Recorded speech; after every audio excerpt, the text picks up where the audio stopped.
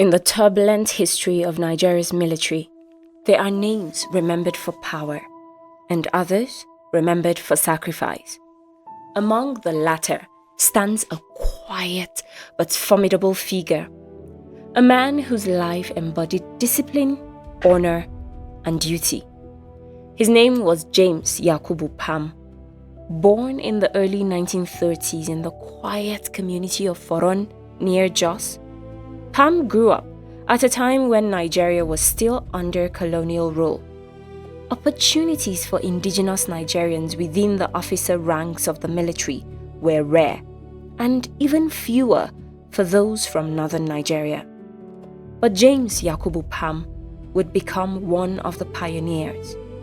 A brilliant student, Pam attended the renowned Barewa College, an institution that produced many of northern Nigeria's most influential leaders. There, he distinguished himself not only through his sharp intellect, but also through his athletic ability and leadership. His promise soon carried him far beyond Nigeria. Selected for officer training at the prestigious Royal Military Academy, Sandhurst, in the United Kingdom, Pam joined the elite circle of Nigerian officers trained in Britain, the so-called Sandhurst set. These men would later become the backbone of Nigeria's post-independence military leadership. By the mid-1960s, Pam had risen rapidly through the ranks. In 1966, he held one of the most powerful administrative positions in the Nigerian army, Adjutant General. It was a role that placed him at the heart of military organization, responsible for personnel, discipline, and the delicate machinery that kept the army functioning. But Colonel Pam was far more than a bureaucrat. He was a soldier in every sense of the word. Years earlier, he had proven himself on the international stage during the chaotic United Nations peacekeeping operation in Central Africa, the United Nations operation in the Congo. In the early 1960s, newly independent Congo had plunged into turmoil, with violence erupting during the secessionist crisis in Katanga. Nigerian troops were deployed to restore order, serving under the command of Johnson Agui Ironsi. Among those officers was James Yakubu Pam.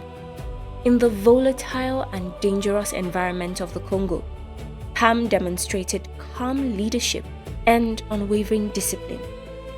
His men respected him not only for his courage, but also for his fairness. Civilians caught in the chaos often found protection under the watch of Nigerian peacekeepers led by officers like him. By the time he returned home, Pam had earned a reputation as a professional, an officer who believed deeply in the principles of duty, order, and national service. But back in Nigeria, the army he loved was beginning to fracture. Ethnic tensions were creeping into the ranks. Suspicion and rivalry were replacing the unity that had once defined the young military institution. And then came the night that would change everything. January 15, 1966. In what would become known as the 1966 Nigerian coup d'etat, a group of young officers launched a violent uprising aimed at overthrowing Nigeria's political leadership. Across the country, senior military officers were marked for elimination. One of their most important targets was Colonel James Yakubu Pam. Late that night, the quiet streets of Ikoyi in Lagos were broken by the arrival of armed soldiers. Leading the group was Christian Anuforo. They had come for the Adjutant General.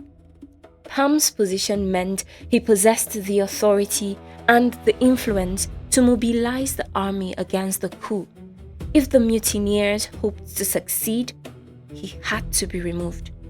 The soldiers forced their way into the Pam family home. Inside, the household was asleep.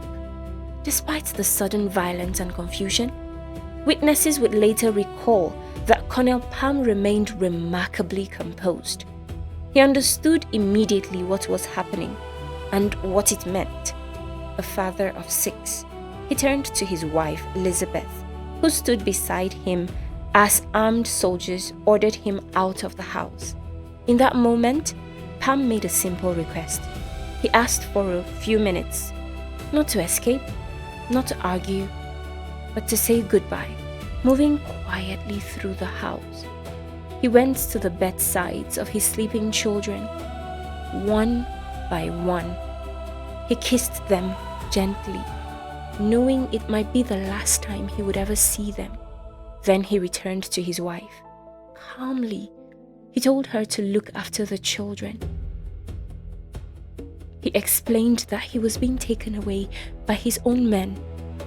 Even as the soldiers pushed him toward the waiting Land Rover outside, Pam did not beg for mercy.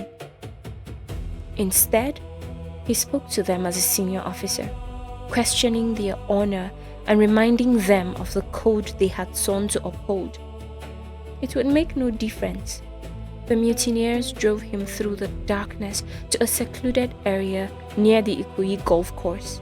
There, away from the city and the witnesses, the hero of the Congo met his fate. Investigations conducted later would reveal that Colonel James Yakubu Pam was shot multiple times by Major Anuforo. His death sent shockwaves through the military. For many officers, especially in northern Nigeria, it represented more than the loss of a respected commander. It symbolized the collapse of trust within the army itself. In the months that followed, that mistrust would deepen, ultimately contributing to the violent 1966 Nigerian counter-coup and the devastating Nigerian Civil War.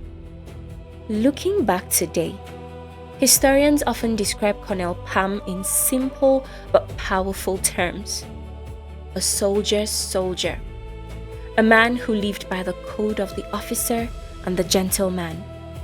His death was not only a tragedy for his family, it was the loss of a bridge, a figure who had commanded respect across Nigeria's regional and ethnic divides.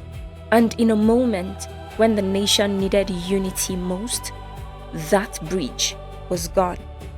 Yet, the memory of James Yakubu Pam endures.